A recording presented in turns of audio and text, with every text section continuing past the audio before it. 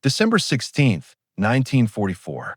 The Ardennes forest lay wrapped in silence beneath a shroud of snow. Dawn came late that morning, the lights slow and colorless, filtering through a gray sky that hung heavy over the trees. The branches were weighed down with ice. Frost clung to the barrels of rifles and the edges of helmets. Somewhere in the distance, a crow called once, then was swallowed by the stillness. For days, the men of the 3rd Platoon, Company E, 394th Infantry Regiment, had seen nothing but snow, fog, and trees. They were 20 men, scattered along a shallow ridgeline near a nameless Belgian road that twisted between frozen fields and pine forest. Their outpost sat on the northern edge of the Allied line, a quiet sector that command considered secondary, the kind of place where nothing happened until it did. The men had built their foxholes deep, carving through frozen earth with dull, entrenching tools. They slept wrapped in wool blankets that never seemed to dry. Their breath turned to vapor as soon as it left their mouths. The air smelled faintly of pine sap, cordite, and diesel. Somewhere behind them, an engine coughed, a reminder of the supply truck that had promised to return days ago and never did. At 0700 hours, the forest began to tremble. It started as a faint vibration, too deep to be sound, more a presence beneath the ground. Then came the distant growl of engines. Heavy engines, too many to count. The sound rolled through the fog like thunder crawling up from the earth itself. Private Wilkins, the youngest man in the platoon, lifted his head above the rim of his foxhole and peered through the mist. He could see nothing, only the endless gray that blurred the world into a single colorless sheet. But he could feel it. The vibration grew stronger. The snow around him began to dance with tiny ripples. He looked at the sergeant beside him, who only nodded once.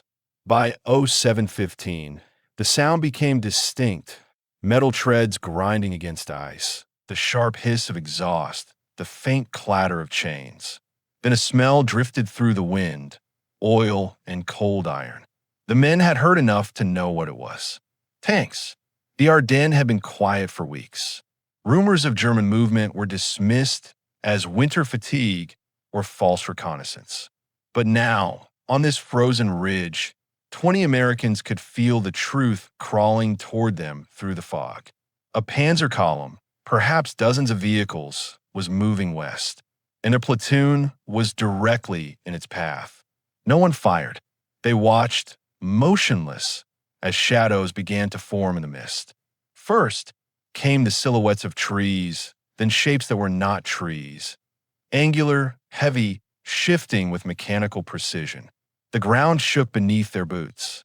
Through the drifting snow, they saw them, black crosses on gray steel. The lead tank emerged like a beast from some ancient myth, its turrets sweeping slowly from side to side. It was a Koenigsteiger, a king tiger, the most feared tank on the Western Front. Its armor was thick as a fortress wall, its gun long enough to kill a Sherman from a mile away. Behind it followed a column of half-tracks, infantry carriers, and fuel trucks. The German offensive had begun. The platoon's position was nothing more than a curve of earth and timber. No artillery support, no armor, no reinforcements. Their only lifeline was a single field telephone that crackled and died hours earlier. They were alone. The sergeant, a veteran of Normandy, crawled to the lip of the ridge and scanned the tree line through his binoculars. The German formation moved with terrifying discipline. He counted 6 tanks, then 8, then 10, their turrets glinting faintly under the pale light.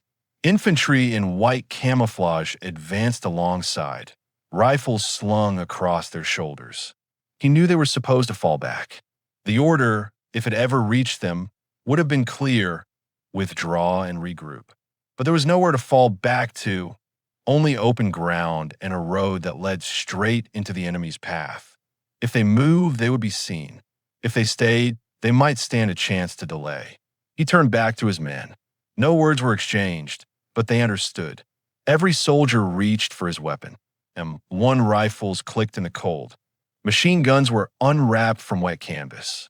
Ammunition belts were checked. The sound of preparation was quiet and methodical. At 0730, the first German tank crossed the small bridge below the ridge. The platoon waited. The sergeant raised one gloved hand, palm flat. The breath of every man turned white in the air, hanging there like ghosts. Then came the signal, a single flare arcing into the gray sky, its red glow swallowed by the fog. A heartbeat later, the forest erupted. Machine guns tore through the stillness. The staccato echo of the Browning M1919 ripped across the ridge. Anti-tank grenades arced down toward the lead Panzer, bursting against its treads in flashes of orange light. The air filled with smoke, snow, and the thunder of explosions. The first tank shuddered, its tracks snapping under the impact. It lurched to one side, blocking the narrow road behind it. The column ground to a halt. German infantry scattered for cover, shouting commands lost in the chaos. From the ridge, the platoon poured fire down into the choke point. Rifles cracked in rhythmic bursts. Each shot echoed like a hammer striking iron. The Americans moved with practiced coordination. Short bursts, controlled fire, conserve ammunition. The fog turned red with muzzle flash. The Germans responded swiftly. Mortar rounds began to fall, shaking the forest floor. Splinters of ice and wood rained down. A half-tracks mounted MG-42 opened up, cutting through branches and snow alike. Bullets hissed past helmets, snapping twigs like dry bone. Within minutes, the entire ridge was engulfed in smoke. Visibility dropped to nothing. The men fired at shadows, trusting instinct more than sight. The forest howled with sound.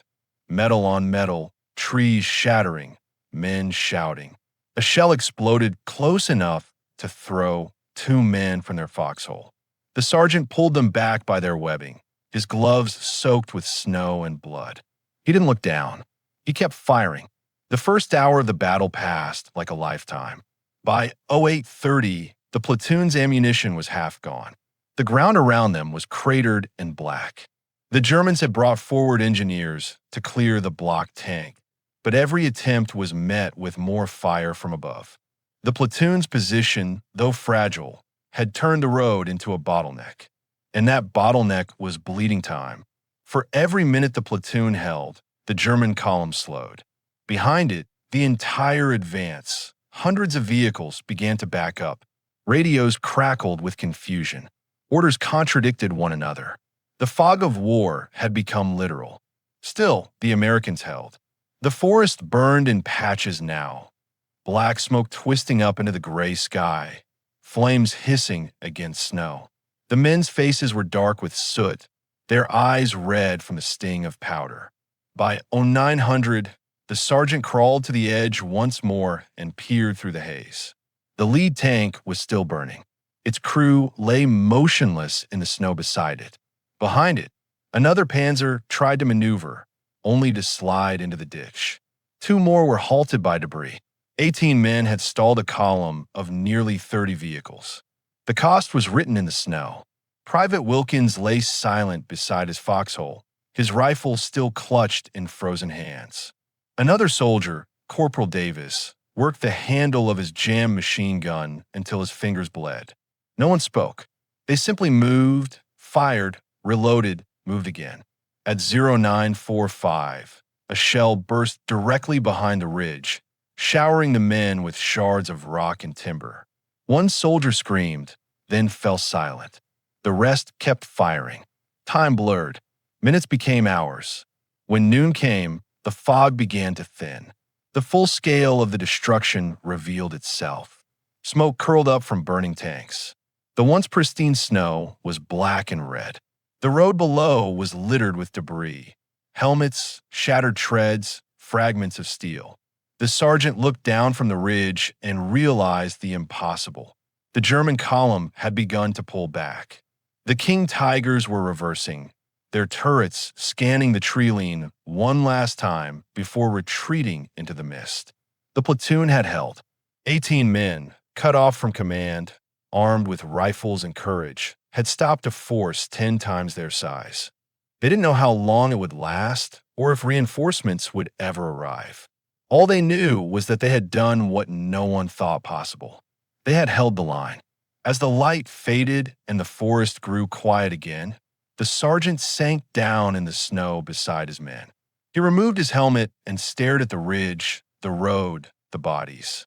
The world was silent except for the faint crackle of burning fuel. He closed his eyes. For the first time in hours, there was no sound of engines, only the wind moving through the broken trees. In that moment, the forest of the Ardennes seemed to hold its breath. The snow fell softly once more, covering the scars of battle, as if trying to forget what had just occurred. But history would not forget. Not this ridge, not these men, not the morning when one platoon stood alone against the steel of an empire and did not break in the days before the storm. The Ardennes seemed peaceful. It was December, and the forest was buried beneath a calm that fooled even the most experienced soldiers. The front lines stretched across Belgium and Luxembourg, 1,000 miles of snow and silence. Allied command believed the war in Europe was nearly over. The German army, they thought, was broken, its fuel reserves gone, its spirit shattered. The men of the 99th Infantry Division had been told they were on a quiet sector, a place to rest and reorganize before the push into Germany. They dug in near small Belgian villages whose names were hard to pronounce. Lanzerath, Loschimmergerben, Hofen. Most of them were new to the war. College boys from Ohio, farmers from Kansas, machinists from Detroit. They had come ashore in France only months earlier and now found themselves in the frozen wilderness of the Ardennes, guarding a front that no one expected to move. Their orders were simple: hold observation posts, report enemy movement, and wait for relief. There were no patrols beyond the lines. The enemy was believed to be too weak to launch an attack. Yet beyond those snow-covered ridges, hidden by the dense pine forest and the heavy fog of winter, the German army was gathering. Adolf Hitler's last gamble, Unternehmen Wacht am Rhein, was about to begin. It was an offensive born of desperation and pride, designed to split the Allied forces and seize the port of Antwerp. If successful, it could prolong the war by months, perhaps more. It was to be a lightning strike through the weakest part of the American line, and that line ran straight through the sector held by the 99th Division. In the early hours of December 16, 1944, as American soldiers brewed coffee and scraped frost from their rifles, 1,400 German tanks and 250,000 troops moved silently through the forest. King Tigers, Panthers, and Panzer IVs rolled forward in the fog, their engines muffled by snow. Thousands of infantry followed, veterans of the Eastern Front, hardened and ruthless. The attack began at 5:30 a.m. Artillery fire shattered the stillness. Thousands of shells rained down across the American positions, turning the frozen landscape into a storm of fire and earth. Telephone lines snapped. Roads vanished under smoke. Entire platoons were buried before they knew they were under attack. By sunrise, the German advance had broken through several weak points in the line. Towns were overrun. Bridges fell. Convoys were destroyed on the roads leading west. The quiet sector had become the epicenter of chaos. The 3rd Platoon of Company E, positioned near a narrow ridge overlooking a small supply road, was cut off within the first hours. The bombardment had severed their communication with battalion headquarters. The platoon's radio operator was killed when a shell struck the command post. The field telephone was dead. The men were alone in the fog, unaware that what surrounded them was not a local skirmish, but the beginning of the largest battle the U.S. Army would ever fight. Their officer, a second lieutenant barely 23, was missing. When the first shells hit, he had gone to check on a nearby outpost and never returned. The senior enlisted man, Staff Sergeant Henry Cole, assumed command. A quiet, heavy-shouldered veteran of Normandy and St. Lo, Cole had already seen more than most men could endure. He carried no illusions about glory. He knew what waited in that fog.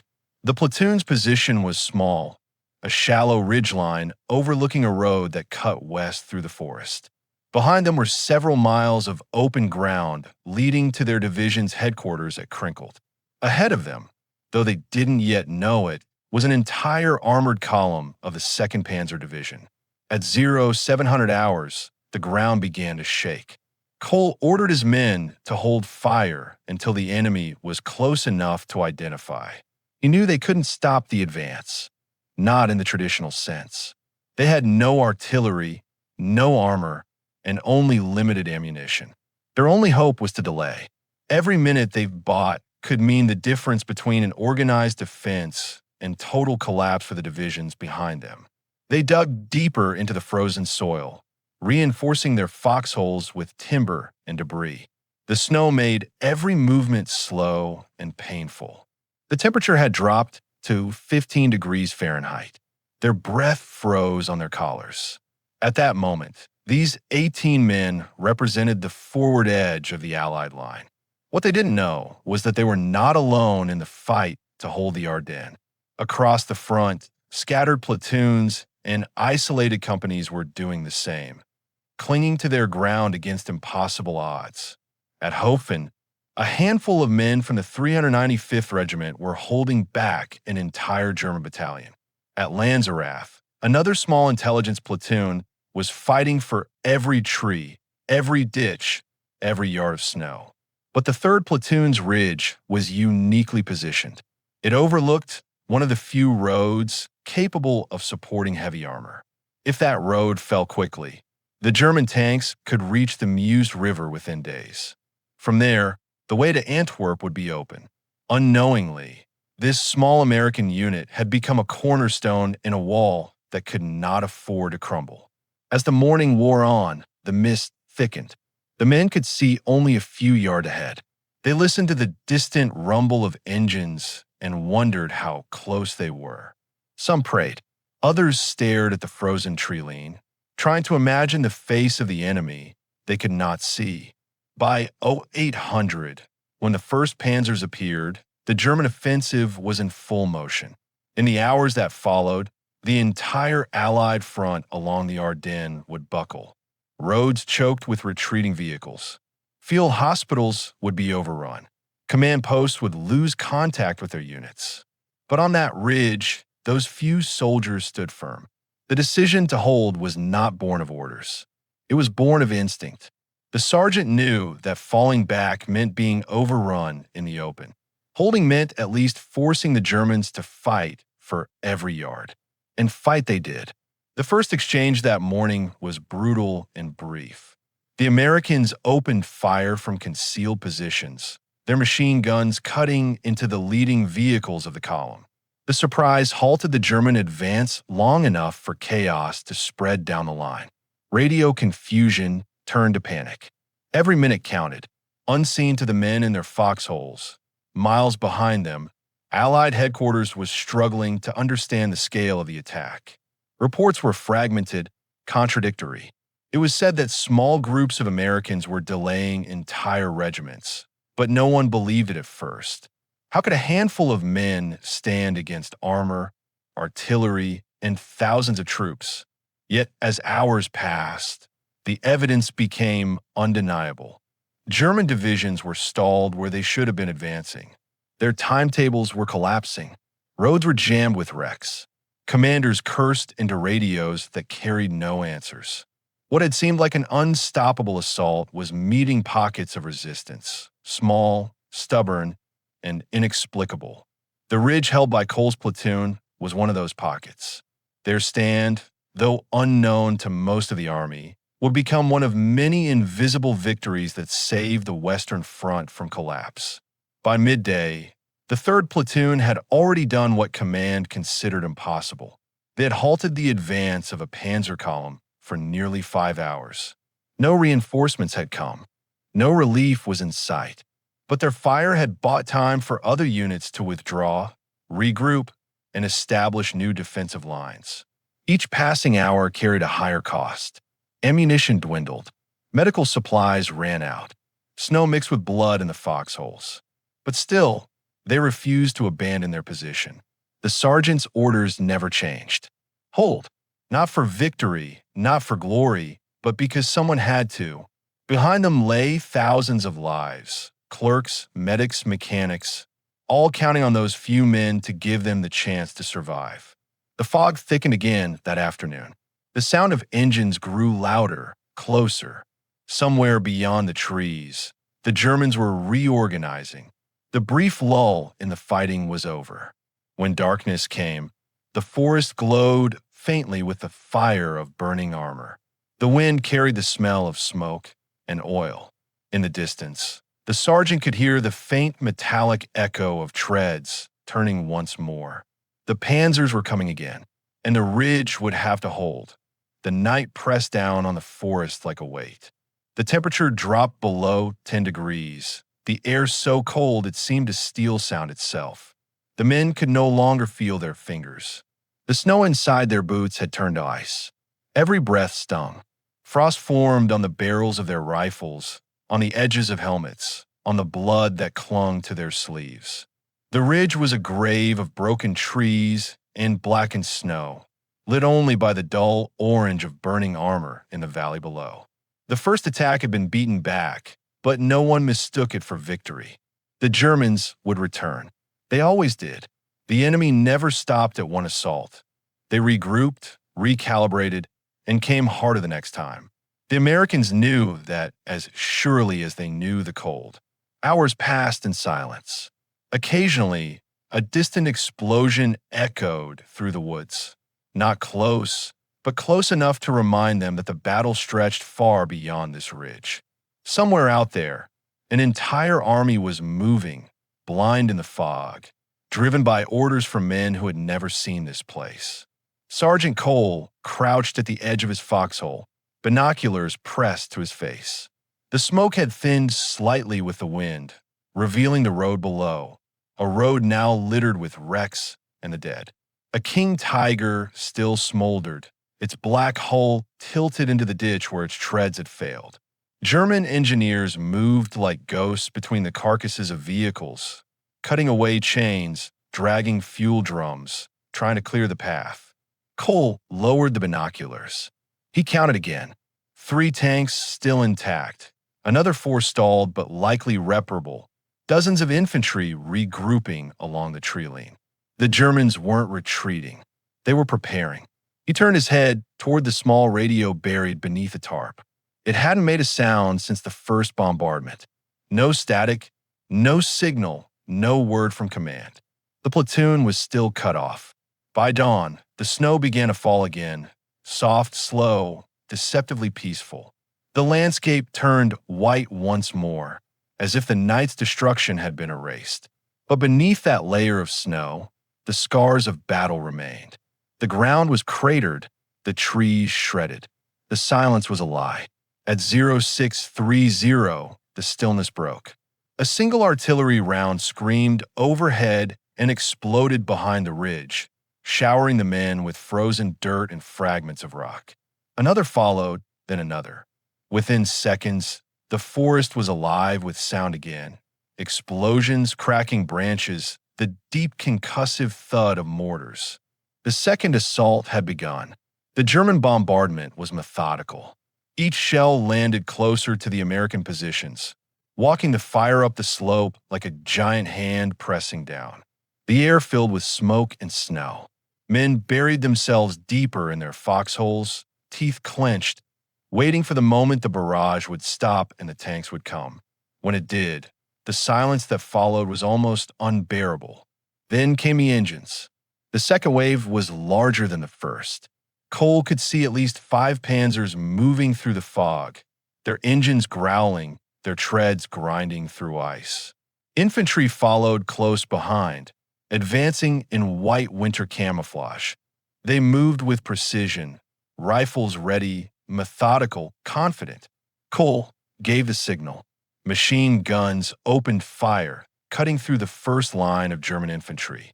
The sound of the Browning M1919 shattered the morning calm. echoing off the frozen trees. Rifle fire joined in seconds later, the rhythm steady and disciplined. The Germans returned fire immediately. Bullets tore through branches and snow, kicking up white clouds that mixed with smoke. Mortar shells landed along the ridge, shaking the ground with each impact. A tank fired, the sound of thunderclap that rolled through the valley. The shell hit a tree line to the left, splintering it like glass. Men ducked, cursed under their breath, and kept firing. The platoon's anti-tank team, just two men armed with a bazooka, crawled forward through the snow. They waited until one of the tanks rolled past the wreckage of its predecessor, then fired. The rocket struck just below the turret ring, bursting in a flash of fire and smoke. The tank shuddered to a halt, flames licking through the hatch. The cheer that followed was brief. Another shell exploded nearby, killing one of the men instantly.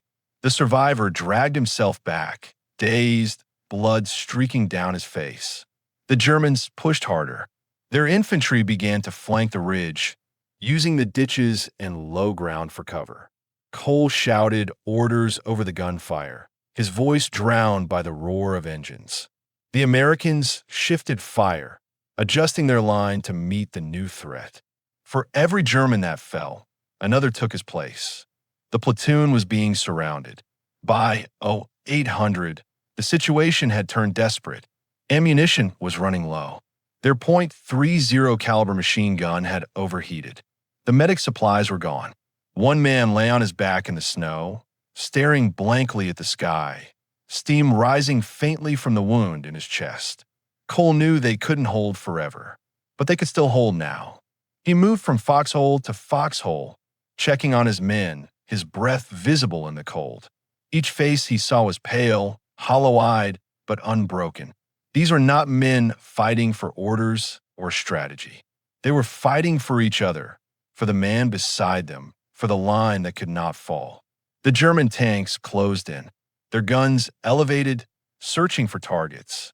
Cole's men fired rifle grenades, tracers streaking red across the white landscape. The air filled with smoke again. Snow melted into slush under the heat of explosions.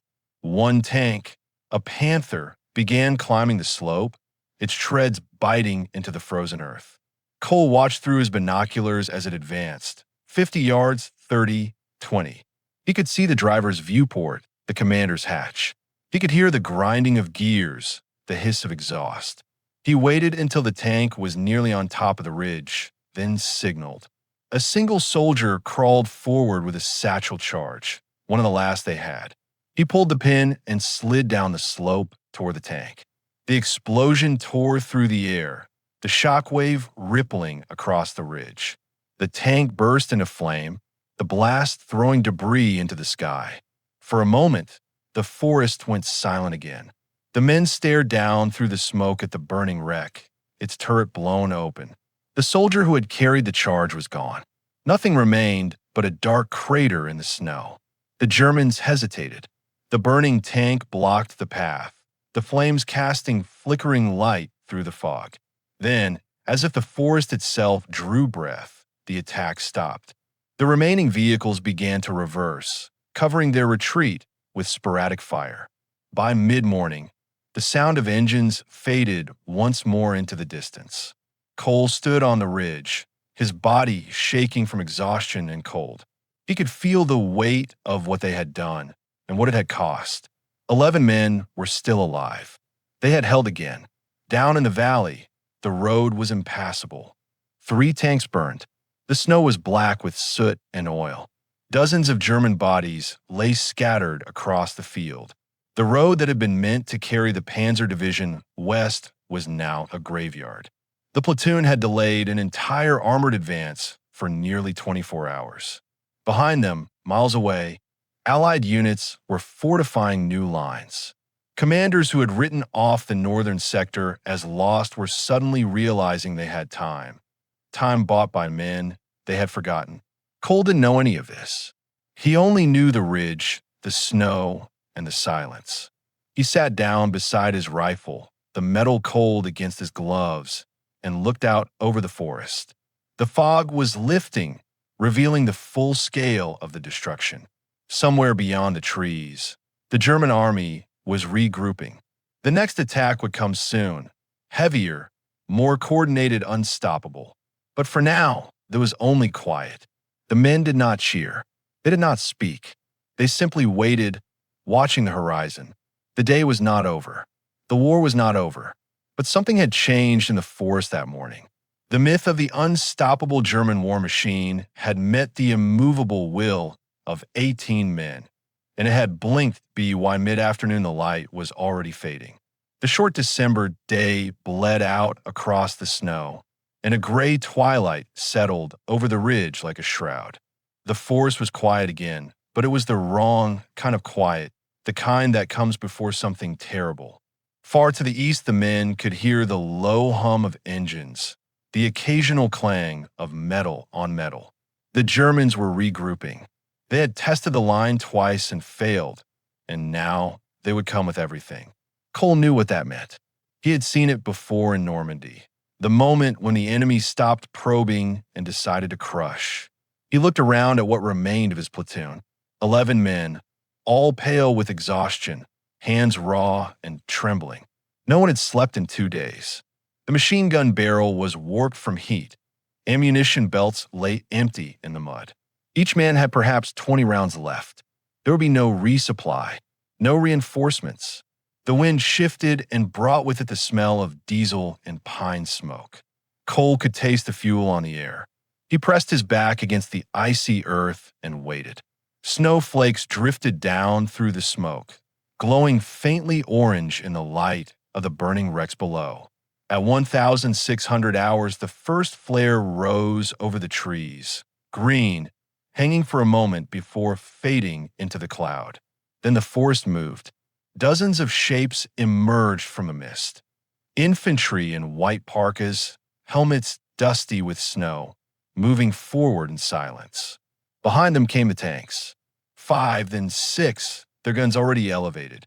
The ground shuddered as they fired in unison. Explosions walked across the ridge from left to right, throwing up pillars of fire and snow. Tree trunks snapped like bones. The men hugged the ground as shells passed overhead. The air vibrated with pressure. One blast threw a cloud of earth over Cole, burying him to his shoulders. He dug himself free and staggered back to the line. Half the ridge was burning now. The forest had become a tangle of smoke and flame, a place where snow and fire coexisted. He gave no orders. There was nothing left to say. Each man knew his field of fire by instinct. They waited until the infantry was within 50 yards, then opened up. The rifle reports were sharp and measured, punctuated by the occasional thud of a grenade. German soldiers fell and disappeared into the smoke, but more came. For every one that dropped, another stepped over him. A Panzer advanced straight up the slope, crushing its own dead beneath the treads. Its gun fired again and again, shattering the ridge bit by bit. Cole crawled to the last bazooka, found a single rocket still in its tube, and waited. The tank's turret swung toward him. He could see the barrel glow red with heat. He aimed and fired. The rocket hit the lower hull, blew open the engine compartment. The tank stopped mid-slope, smoke pouring from its vents. The blast deafened him. When he looked back toward his men, 2 more were down. The forest was a haze of flashes and silhouettes, the world reduced to light and sound. The platoon was no longer a unit, just scattered figures fighting in pockets, each man his own war. By 1700 hours, the ridge was nearly overrun. German infantry had reached the foxholes on the right flank. Hand-to-hand fighting erupted in the smoke. Bayonets flashed, rifles cracked at point-blank range. The snow turned black with soot and red with blood. Cole moved through it like a man in a dream. He fired until his rifle clicked empty, then picked up another from the ground. He had stopped thinking about holding the line. He was simply fighting for each second. The seconds were all that mattered. Every second was one more truck evacuated, one more artillery piece pulled back, One more bridge defended far behind them. The sky darkened further, turning from gray to the color of steel. Snow fell again, heavier this time, blanketing the fires in a thin white film. The German officers pulled their units back to regroup, then sent them in waves. Each time the line bent, then reformed. Each time another American did not stand back up. By nightfall, only 5 men remained. They had no machine gun, no bazooka, no mortar, just rifles and resolve. The road below was clogged with burning vehicles. The German column had stalled completely. Over the radio nets of 2 armies, officers demanded movement, and none came. At 1900 hours, the final push began. 2 tanks advanced side by side, infantry fanning out behind them. The forest glowed with their headlamps, white circles of light cutting through the snow. Cole and his survivors waited until they were almost on top of them, then opened fire with what little they had left. The exchange was brief and terrible. When it was over, the first tank lay on its side, its treads torn loose, and the forest was silent once more. The Germans did not try again. They had no need. Night and orders stopped them where the fire had not. Somewhere behind them, a commander decided to reroute the column south. The ridge was too costly to take. Cole sat in the snow among the ruins of his platoon. The stars were out now, sharp and cold, their light touching the burning wrecks like candles on a frozen altar. He could hear the wind again, nothing else. The battle was over. Of the 18 who had stood there at dawn, 3 would walk away. They would be found the next day by a recon patrol from the 2nd Division, half frozen, unable to speak. They would not know that their stand had delayed an entire Panzer division for 2 days and changed the shape of the battle.